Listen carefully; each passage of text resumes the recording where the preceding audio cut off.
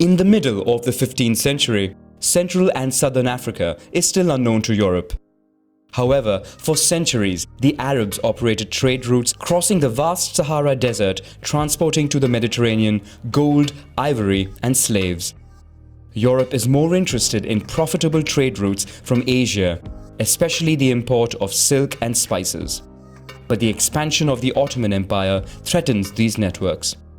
Furthermore, the kingdoms of the Iberian Peninsula set their sights on discovering new sea routes to Asia to corner the lucrative markets. Portugal takes the lead by inventing the caravel, a lightweight, versatile vessel allowing it to accelerate exploration of the African coast. The country establishes maritime trading posts as an alternative to overland trade routes, especially to capture the highly profitable slave trade. In 1498, Vasco da Gama reaches India. Portugal rapidly grows in power in the Indian Ocean and dominates the spice trade.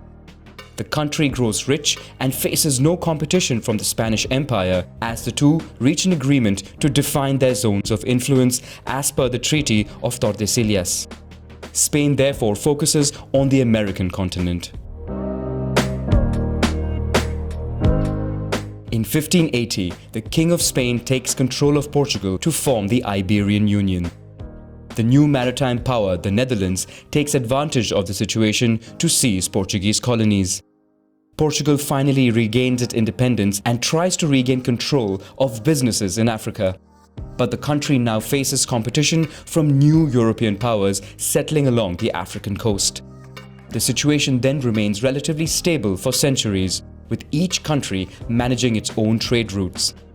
Slave trade becomes the most profitable business. European ships buy slaves in Africa, whom they exchange in America for gold and local products such as sugar and coffee. From the mid-18th century, anti-slavery movements gain momentum in Europe and gradually lead to a fall in human trafficking and slavery. In the US, a project to repatriate freed slaves to Africa gets underway. A colony is established, allowing the return of thousands of former slaves. Although there are conflicts with indigenous populations, Liberia becomes independent in 1847. A few years later, France and Egypt inaugurate the Suez Canal, opening a new, shorter sea route to Asia. In the African colonies, interest turns towards trying to gain arable land in order to grow agricultural products primarily for European markets. While exploring the land, colonists discover the continent is rich in resources, stirring the appetite of European powers in the midst of industrial development. Tensions flare because of competition between European nations. In 1884, a conference is held in Berlin to regulate colonization.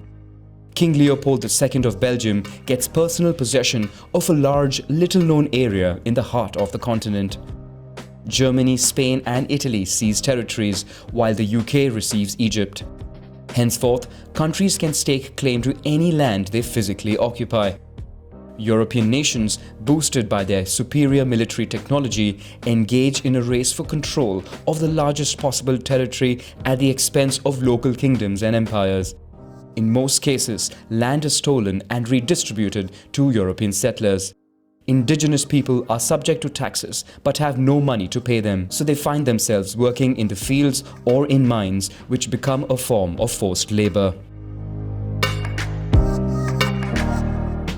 Italy, which controls Eritrea and Somalia, fails to conquer the Empire of Abyssinia, which gains international recognition as a sovereign nation. After the discovery of diamonds and gold in the south of the continent, the British Empire expands to take over the states of Transvaal and Orange, both of which were founded by the Boers, mainly descendants of Dutch settlers who fled following the arrival of the British. In 1908, King Leopold II cedes Congo to Belgium. 2 years later, after long negotiations, southern British colonies of the continent gained independence, forming the Union of South Africa. The new country remains linked to the British Empire by becoming a dominion, ceding certain powers to the British Crown. During World War I, hundreds of thousands of men from the colonies are sent to European and African front lines. The United Kingdom, France, Belgium and South Africa take over the German colonies. At the end of the war, a separatist revolution breaks out in Egypt. The UK is forced to recognize the end of its protectorate status, but the country retains control of the Suez Canal by maintaining a military presence. In 1935, fascist Italy again tries to conquer Abyssinia. This time, the Italian army is successful in gradually seizing territories, but Abyssinia would never sign an armistice. World War II breaks out in Europe, and again, hundreds of thousands of Africans are involved in fighting on different fronts. Italy, allied with Nazi Germany, loses its colonies on the continent. At the end of World War II, Abyssinia becomes Ethiopia and regains its sovereignty. Talks are held at the United Nations to discuss the future of other Italian colonies. With European nations weakened by war, the United States leans in. Fearing the rise of the Soviet Union and communism in the world, the country supports the independence of colonies and their admission to the United Nations. When an insurrection breaks out in Madagascar against French occupiers, it is brutally suppressed. Italy eventually gets control of Somalia for another 10 years, while Libya becomes independent. Kenya also begins an anti-colonial uprising that would last 8 years and result in many civilian victims. In 1952, the Egyptian army overthrows the monarchy and begins anti-colonial policies. On the one hand, the country makes contact with the Soviet Union to provide arms. On the other, it provides military support to aid Algerian nationalists against the French occupation. Egypt also claims control of Sudan and nationalizes the Suez Canal, chasing away the French and the British. In response, they combine with Israel to organize a surprise attack on Egypt.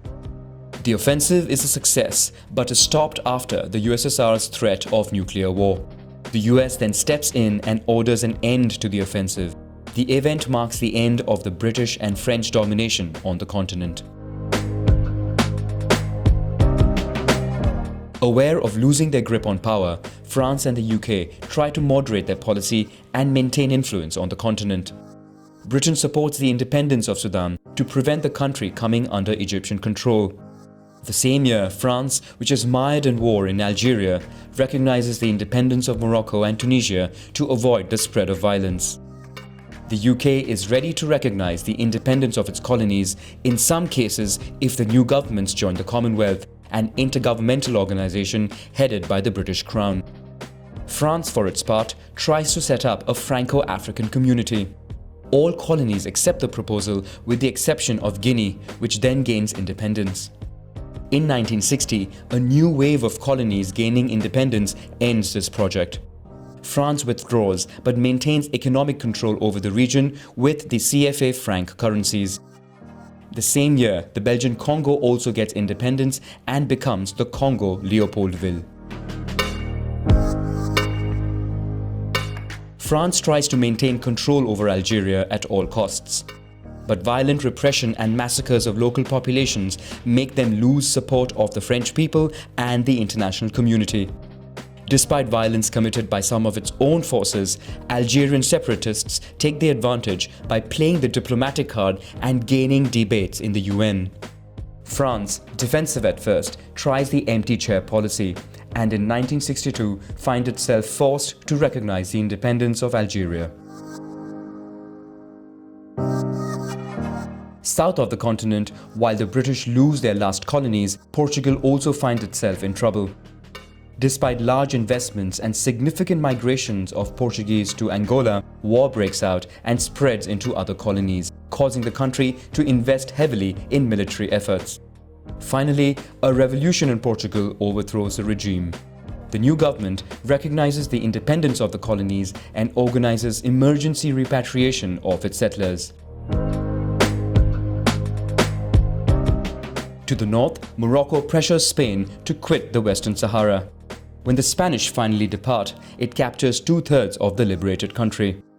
While European nations are no longer present in Africa, southern Rhodesia is the only country whose independence was obtained by British colonists who hoped to themselves found a country ruled by white people.